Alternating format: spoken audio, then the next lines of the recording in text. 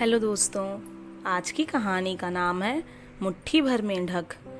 बहुत समय पहले की बात है। किसी गांव में मोहन नाम का एक किसान रहता था।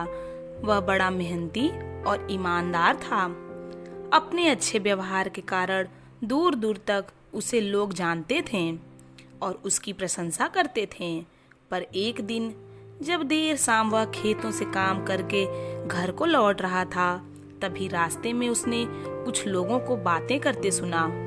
वे उसी के बारे में बातें कर रहे थे। मोहन अपनी प्रशंसा सुनने के लिए उन्हें बिना बताए धीरे धीरे उनके पीछे चलने लगा। पर उसने उनकी बात सुनी तो पाया कि वे उसकी बुराई कर रहे थे।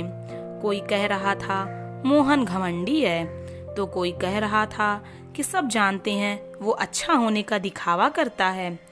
मोहन ने इससे पहले सिर्फ अपनी प्रशंसा सुनी थी, पर इस घटना का उसके दिमाग पर बहुत बुरा असर पड़ा और अब वह जब भी कुछ लोगों को बातें करते देखता तो उसे लगता वे उसकी बुराई कर रहे हैं। यहाँ तक कि अगर कोई उसकी तारीफ भी करता तो उसे लगता उसका मजाक उड़ाया जा रहा है। धीरे धीरे सभी ये महसूस करने लगे कि मोहन बदल गया है और उसकी पत्नी भी अपने पति के व्यवहार में आए बदलाव से दुखी रहने लगी।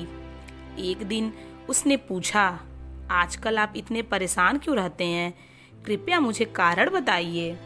मोहन ने उदास होते हुए उस दिन की बात अपनी पत्नी को बता दी।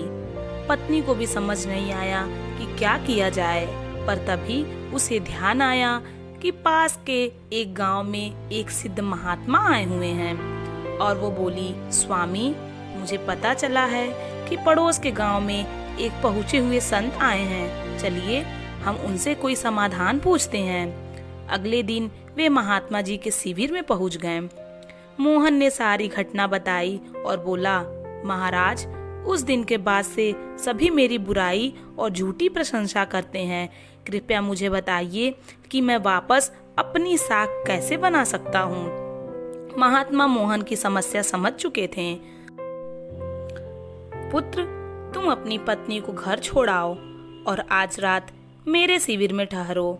महात्मा कुछ सोचते हुए बोले। मोहन ने ऐसा ही किया, पर जब रात में सोने का समय हुआ तो अचानक ही मेढकों के टर्र टर्र की आवाज आने लगी। मोहन बोला, ये क्या महाराज, यहाँ इतना कोलाहल क्यों है? पुत्र, पीछे एक तालाब है। रात के वक्त उसमें मौजूद मेढक अपना राग रापने लगते हैं, पर ऐसे में तो कोई यहाँ सो नहीं सकता। मोहन ने चिंता जताई। हाँ बेटा, पर तुम ही बताओ हम क्या कर सकते हैं? हो सके तो तुम हमारी मदद करो, महात्मा जी बोले। मोहन बोला, ठीक है महाराज, इतना शोर सुन के लगता है कि इन मेढकों की संख्या हजारों में होगी। मैं कल ही गांव के 50-60 मजदूरों को लेकर आता हूँ और इन्हें पकड़कर दूर नदी में छोड़ आता हूँ। और अगले दिन मोहन सुबह सुबह मजदूरों के साथ वहां पहुंचा। महात्मा जी भी वहीं खड़े सब कुछ देख रहे थे। तालाब ज्यादा बड़ी नहीं थी। 8-10 मजदूरों ने चारों ओर से डाल जाला और मेढकों को पकड़ने लगे। थोड़ी देर ही मेहनत के बाद सारे मेढक पकड़ लिए गए। जब मोहन ने देखा कि कुल मिलाकर 50-60 ही मेढक पकड़े गए, तब उसने महात्मा जी से पूछा, महाराज, कल रात तो इसमें हजारों मेढक थे, भला आज वे सब कहाँ चले गए? यहाँ तो बस मुट्ठी भर मेढक बचे हैं।